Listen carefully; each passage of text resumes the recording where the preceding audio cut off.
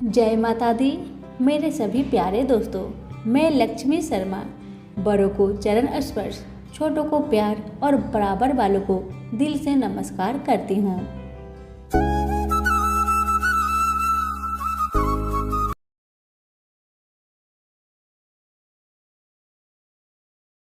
आज मैं सुनाऊंगी गणेश महाराज की कहानी और ये कहानी है गणेश जी की खीर वाली।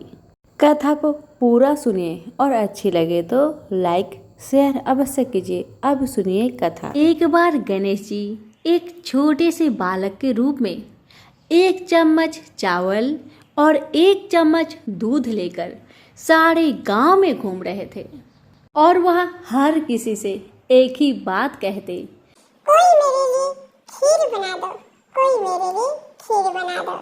मगर छोटे से बच्चे के हाथों में 1 चम्मच दूध और 1 चम्मच चावल देखकर सभी लोग हंसने लगे।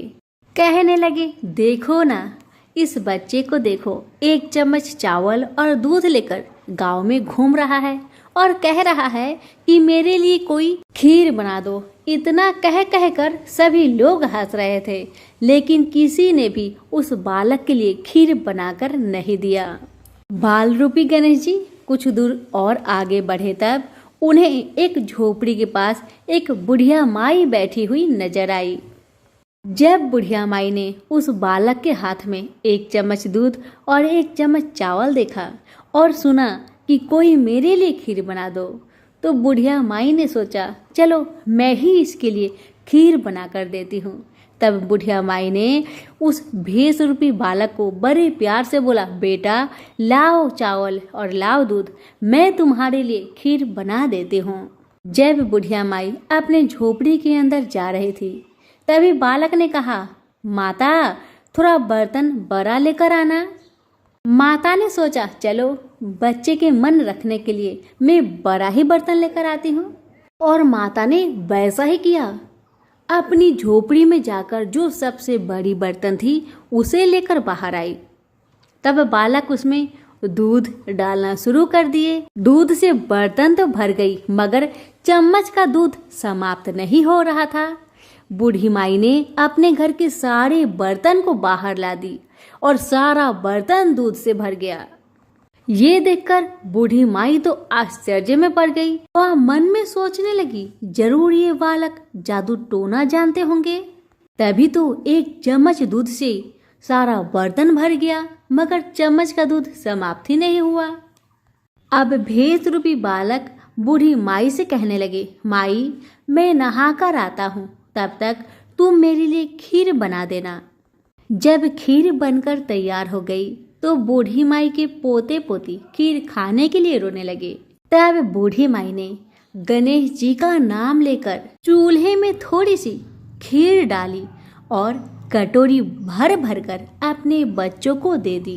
ये सब ऊपर से पड़ोसन देख रही थी, तो बूढ़ी माई ने सोचा कहीं ये चुगली ना कर दे, तो उन्होंने 1 कटोरा उस पड़ोसन को भी पकड़ा दिया। अब तो बेटे की बहू ने भी चुपके से 1 कटोरा खीर खा ली और खीर खाने के बाद उस बर्तन को चक्की के नीचे छुपा दिया। अभी भी भेष रूपी गणेश जी नहाकर नहीं आए थे।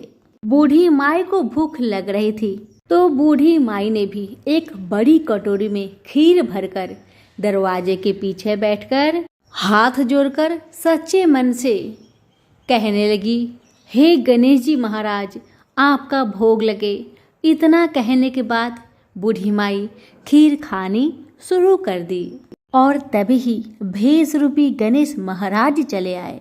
तब बूढ़ी माई ने कहा, आजा रे गणेशिया, खीर खा ले, मैं तेरी ही राह देख रही थी।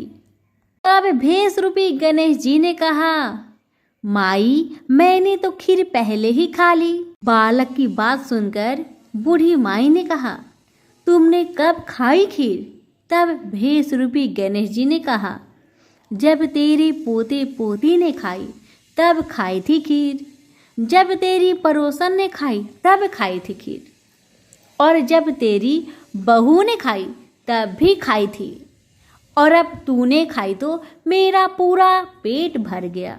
बालक की बात सुन बूढ़ी माई कहने लगी, बेटा तेरी सारी बात सच है, पर बहू बेचारी का नाम तो मत लो। बेचारी बहू तो सुबह से काम में ही लगी है, फिर उसने कब खीर खा ली। तब भेष रूपी गणेश जी ने कहा, माई चक्की के नीचे जाकर देख, जूठा कटोरा पड़ा है और तूने तो मेरी भोग तो लगाया, वह तो वैसे ही खा गई। बुढ़िया ने कहा, बेटा घर की बात है, घर में ही रहने दो और मुझे बताओ कि बाकी बची हुई खीर का मैं क्या करूं। तब भेष रूपी गणेश जी ने कहा, नगरी जिमा दो। बुढ़िया ने पूरे नगरी को जिमा दिया, फिर भी बर्तन पूरा ही भरा था। यह बात जब राजा को पता चली तो राजा ने बूढ़ी माई को बुलवाया। राजा ने कहा, क्यों री बुढ़िया, ऐसा बर्तन तेरे घर में ना शोभे, ये तो मेरे महल में शोभे। तब बूढ़ी माई ने कहा, राजा जी आप ले लो। अब राजा ने महल में खीर का बर्तन को मंगवा लिया।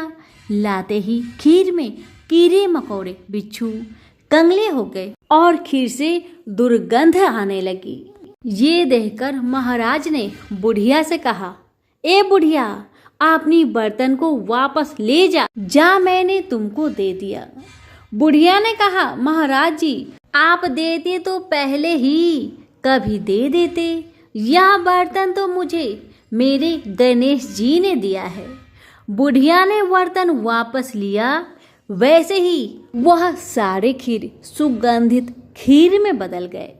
अब घर आकर बूढ़ी माई ने गणेश जी से कहा कि बची हुई खीर का क्या करे। तब गणेश जी ने कहा, झोपड़ी के कोने में खरा खोद कर गाड़ दो, उसी जगह सुबह उठकर वापस खोदेगी तो धन के 2 चरे मिलेंगे। ऐसा कहकर गणेश महाराज अंतर ध्यान हो गए और जाते जाते उन्होंने बूढ़ी माई की झोपड़ी में लात मार दी, जिससे झोपड़ी महल में बदल गया।